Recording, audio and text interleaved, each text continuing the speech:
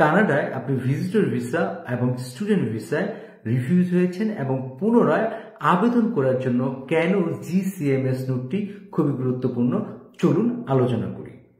আপনি একবার রিফিউজ হওয়ার পরে পুনরায় কানাডা ভিজিটর ভিসা অথবা অন্যান্য যে কোনো ভিসার জন্য আপনি আবেদন করতে চান, তাহলে আপনাকে অবশ্যই জিসিএমএস নোটটি নেওয়া অত্যন্ত গুরুত্বপূর্ণ। আপনি কেন রিফিউজ হয়েছেন এবং আপনি কি কি ডকুমেন্টস দিয়েছিলেন সেই ইনফরমেশনগুলো আপনি জিসিএমএস নোটের মাধ্যমে পাবেন।